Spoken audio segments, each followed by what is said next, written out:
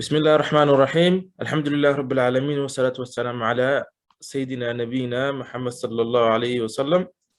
سبحانك لا علم لنا إلا ما علمتنا إنك أنت العليم الحكيم waxaan ka hadli doonaa casharadeen imtixaanada ahaa waxaan hore soo dhignay arterial supply brainka venous drainage brainka waxaan ka soo hadalnay qaybtii ahayd subarachnoid hemorrhage imika waxaan ka hadlaynaa insha Allah intercerebral hemorrhage marka waxa weeyaan waxyaabo badan baa keena dhowr qaybood oo loo qaybiyo shaal way eegi doonaa laakiin haddii intercerebral hemorrhage uu keenay hypertension meelaha inta badan uu ka dhacaya waa putamanka thalamuska subcortical white matterka boniska iyo cerebellumka okay marka risk factorka inta badan ugu caansan ugu komas wax weeyaan hypertensionka iyo daada weyn waxa kaloo jiri karaysa qofka heavy smoke alcoholiga isna risk factor ayuu yahay iyo qofka qaata dawooyinka sameeya vasoconstriction kana ama drug addicted drugs ka sameeya vasoconstriction ka sida methamphetamine iyo cocaine waxa weeyaan waxay leeyihiin risk factor for intercerebral hemorrhage okay waxa kaloo la arkaa dadyoga ku badan yahay inta badan ku dhaco intercerebral hemorrhage inay yihiin dadyow aan wax dhigashadu gaarsiisanahay iskuulka sababtoo maxay sababta lama garanayo waxa kaloo jirta dadyoga qaar si genetic ahaan inuu cerebral ama ku sameeyo accumulation teedna fasalka weak noqdo teedna fasalkii uu qorxo marka intercerebral hemorrhage wuxuu noqon karayaa maxay marka qaarkood ama waxa risk factor noqon karayaa genetic allele okay classification kiisa waxa weeyaan waxa loo kala qaadaa marka qaarkood by location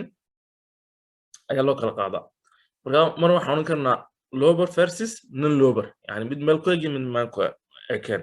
ama waxaan oran karnaa supratentorial ama infratentorial tentoriumku waa meningeum layer kaasoo cerebellumka ka soo saaca cortexka qaybtiisa dambe occipital lobe la ilaa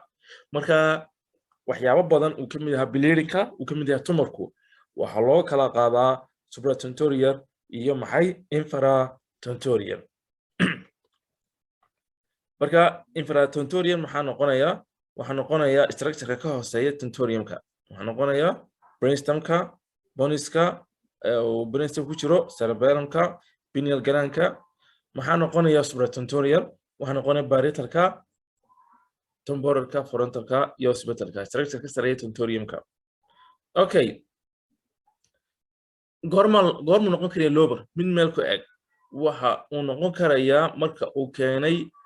abnormal genital allele keenaya in amyloidku ku ururo xididka deeno keeno waxa loo yaqaano cerebral amyloid angiopathy okay amyloid deposition markuu sameeyo small sized to medium sized cortical perforated vessels wuxuu keenayaa inay sameeyaan rupture marka wuxuu ka ekaanayaa halkaas ku ekaanayaa marka lobar intercerebral hemorrhage ee la oranayaa non lobar intercerebral hemorrhage inta badan waxa keena qofka marka uu long standing hyper pressure HBP uu leeyahay kaasoo ku sameysmaya lipohydrosis uu ku sameeyaa small perforated arterieska meelaha ciriiriga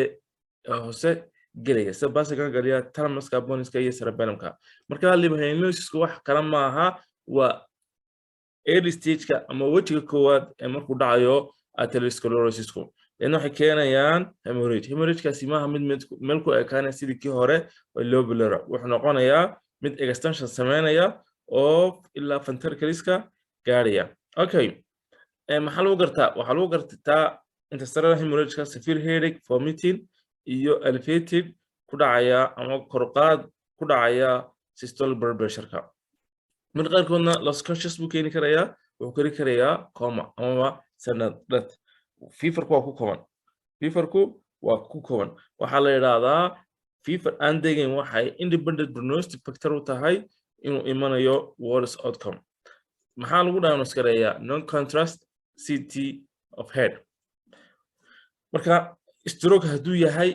waa non contrast head CT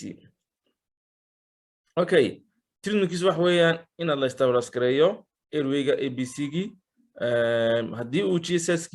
GSS korkiisu ka yahay 8 qofkii waxa loo sameynayaa respiratory distress buu leeyahay waxaana loo sameynayaa maxay waxa loo sameynayaa intubation baa loo sameynayaa okay marka haddii uu dhacay hydrocephalus